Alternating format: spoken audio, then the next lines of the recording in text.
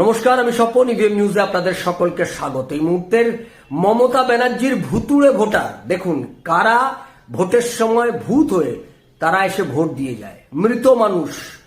মেদিনীপুর জেলার একটি বুথ 166 নম্বর বুথে ডেড ভোটার, মৃত ভোটারের সংখ্যা 49। ডক্টর শঙ্কর গুছাই, মেদিনীপুরের ভাইস প্রেসিডেন্ট, তিনি কি বলেছেন বিজেপির, আমরা সেটা শোনাবো। তার আগে আমরা একটা বলে দিই যে এই যে মৃত ভোটার, এই মৃত ভোটারদের 49 জন মৃত ভোটার একটা বুথে চিহ্নিত করা গেছে। এরা কেউ কেউ মারা গেছে 10 বছর আগে, কেউ কেউ মারা গেছে 7 বছর আগে, 5 বছর আগে মারা গেছে। তাদেরকে তৃণমূল কংগ্রেসের প্রভাবিত বিএলওরা তাদের নাম কাটেনি। এই জন্যই এসআইআর কে ভয় এত মমতা ব্যানার্জি, এই জন্যই এসআইআর করতে দেবে না। আপনারা সেই দেখতেও পাচ্ছেন, আমাদের স্ক্রিনে দেখতে পাচ্ছেন সেই ভুয়ো ভোটারদের, সেই মৃত ভোটারদের লিস্ট এখানে দেখতে পাচ্ছেন, ভোটার লিস্টে সেই নামগুলো রয়েছে। অর্থাৎ এই মৃত ভোটাররাই একটা বুথেই, যদি আপনি ভাবুন প্রায় 49-50টার মতো থাকে, একটা ওয়ার্ড অঞ্চল যদি 30টা বুথ থাকে, কোনো ওয়ার্ড তো একটু বড় হয়, তার এরিয়া বড় হলে বুথ সংখ্যাও বেশি হয়, 40টা পর্যন্ত বুথ থাকে। কলকাতার তো অনেকগুলো ওয়ার্ড আছে যেখানে 40-45টা পর্যন্ত বুথ রয়েছে। এই যদি প্রায় 30-40টা বুথ থাকে, আপনার তো এখানেই 2040টা বুথ, মানে 2000 ভোট আপনার ওখানে মৃত ভোট, যারা ভোটের সময় তৃণমূল কংগ্রেসের মৃত ভূতের ভোটার হয়ে ভোটটা দিয়ে চলে যায়।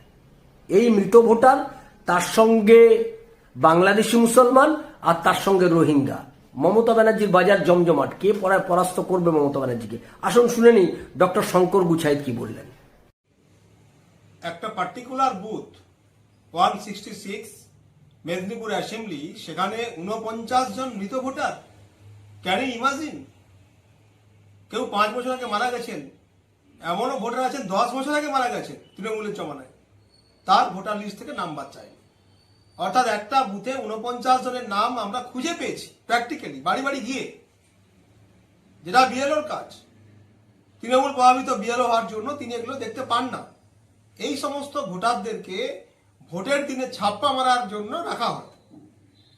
ছাপ্পা করা, রিগিং করা, বুথজাম করার যে মশলা, সেগুলো হচ্ছে এগুলো। সেই জন্য এসআইআর কে ভয় পাচ্ছেন মুখ্যমন্ত্রী। কেন এসআইআর প্রয়োজন, কেন স্বচ্ছ ভোটার লিস্ট প্রয়োজন, সেগুলো চোখে আঙুল দিয়ে দেখিয়ে দিচ্ছে মেদিনীপুর বিধানসভার 166 নম্বর পোলিং স্টেশন। আমি দায়িত্ব নিয়ে বলতে পারি, মেদিনীপুর বিধানসভার 305টি বুথে প্রায় 15,000 মতো এই ধরনের ভোটার আছে, যেগুলো তৃণমূলের সম্পদ। এবং আমি ইতিমধ্যেই ডিএম, এসডিও এবং নির্বাচন কমিশনে অভিযোগ জানিয়েছি যে ইতিমধ্যে এই সমস্ত ভোটারদের